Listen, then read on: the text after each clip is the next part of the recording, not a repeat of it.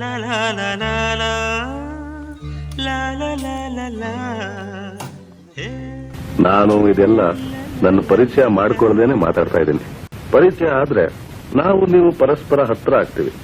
ಅಂದ್ರೆ ನನ್ನ ಮಾತು ಕೇಳಿದ್ರೆ ನಿಮಗೆ ಅಥವಾ ನಿಮ್ಮ ಮಾತು ಕೇಳಿದ್ರೆ ನನಗೆ ಒಂಥರ ಅನುಕಂಪ ಪೂರಿತವಾದ ವಾತಾವರಣ ನಿರ್ಮಿತವಾಗುತ್ತೆ. ಅದಕ್ಕೆ ಪರಿಚಯ. ನನ್ನ ಹೆಸರು ನಾಗರಕಟ್ಟೆ ಶಂಕರ ಉರ್ಫ್ ಶಂಕರ್ ನಾಗ್ ಅಂತ.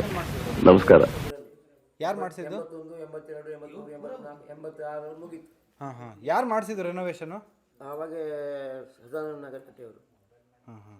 ಅವರು ಮಾಡಿದ್ರು, ಮೇಂಟೆನೆನ್ಸ್ ಮಾಡಿದ್ದು ಅವರೇ. ಅವ್ರ ನಂತರ ಕಡೆ ಈ ಫ್ಯಾಮಿಲಿ ಬಂತು. ಹಾಂ. ಮತ್ತೊಂದು ಫ್ಯಾಮಿಲಿ. ಹೀಗೆ ಒಬ್ಬರು ಹಿಂಗೆ ಬರ್ತಾ ಇದ್ದಾರೆ.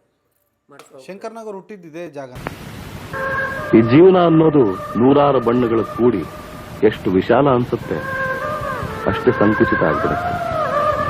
ಒಮ್ಮೆ ತಂಪಾಗಿ ಉದ್ದವಾಗಿ ಕಾಣಿಸೋ ಮೆತ್ತನೆ ಹಾಸಿಗೆ ಕ್ಷಣಗಳಲ್ಲಿ ಸುರುಳಿಯಾಗಿ ಗತಕಾಲಕ್ಕೆ ಹೋಗಿ ಕೂತು ಬಿಡುತ್ತೆ. ಹೊಸ ರೂಪ, ಹೊಸ ಚೈತನ್ಯ ತಂದುಕೊಟ್ಟ ಅನುಭವಗಳು ಕೇವಲ ಒಂದು ಸುರುಳಿ ಆಗೋಯ್ತಲ್ಲ ಅಂತ ದುಃಖನೂ ಆಗತ್ತೆ. ಅದ್ರ ಜೀವನ ಮಾತ್ರ ನಡೆಯುತ್ತೆ. ದೋಣಿ ಸಾಗಲಿ, ಮುಂದೆ ಹೋಗಲಿ, ದೂರ ತೀರವು ಸೇರಲಿ. ನಾವು ಸಿನಿಮಾ ಹಾಡುಗಳು ಅಥವಾ ಬ್ಯಾಕ್ ಗ್ರೌಂಡ್ ಮ್ಯೂಸಿಕ್ ರೆಕಾರ್ಡ್ ಮಾಡಬೇಕು ಅಂದ್ರೆ ಮದ್ರಾಸು ಅಥವಾ ಬಾಂಬೆಗೆ ಹೋಗಿ ಮಾಡಬೇಕಾಗಿತ್ತು. ಯಾಕಂದ್ರೆ ಆ ರೆಕಾರ್ಡಿಂಗ್ ಸೌಲಭ್ಯಗಳು ನಮ್ಮ ಕರ್ನಾಟಕದಲ್ಲಿ ಇರಲಿಲ್ಲ ಅಂತ.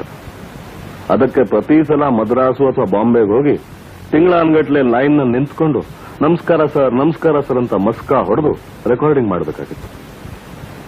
ಕನ್ನಡ ಚಲನಚಿತ್ರ ನಿರ್ಮಾಪಕರ ಈ ಸ್ಥಿತಿ ನೋಡಿ ಅಯ್ಯೋ ಅನ್ನಿಸ್ತು. ಅಂದ್ರೆ ಸಿನಿಮಾ ತೆಗೆಯೋದು ಕನ್ನಡದಲ್ಲಿ, ನೋಡೋ ಪ್ರೇಕ್ಷಕರು ಕನ್ನಡಿಗರು, ಮತ್ತೆ ಸಂಗೀತ ರೆಕಾರ್ಡ್ ಮಾಡೋದು ಮಾತ್ರ ಮದ್ರಾಸ್ನಲ್ಲಿ ಅಂತ ಬಹಳ ಯೋಚನೆ ಆಗ್ಬಿಟ್ಟಿತ್ತು.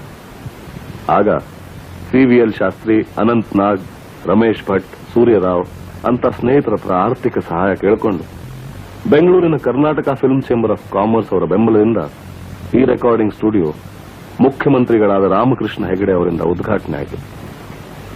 ಕರ್ನಾಟಕದಲ್ಲೂ ಸಿನಿಮಾ ಸಂಗೀತ ಕೂಡ ಬಾರಿಸೋ ಒಳ್ಳೊಳ್ಳೆ ಕಲಾವಿದರು, ಮ್ಯೂಸಿಷಿಯನ್ಸ್ ಇದ್ದಾರೆ. ನಮ್ಮಲ್ಲೂ ಎಲ್ಲಾ ಸೌಲಭ್ಯಗಳಿವೆ ಅನ್ನೋ ಸಂಕೇತವೇ ಈ ಸ್ಟುಡಿಯೋ. ಅಯ್ಯಯ್ಯೋ, ಕಾರ್ಯಕ್ರಮ ಮುಗಿಯೋ ಸಮಯ ಹತ್ರ ಬರ್ತಾ ಇದೆ ಅಲ್ಲ. ಸಮಯ ಇಷ್ಟು ಬೇಗ ಕಳೆದೋಯ್ತಲ್ಲ ಅಂತ ದುಃಖನೂ ಆಗ್ತಾ ಇದೆ.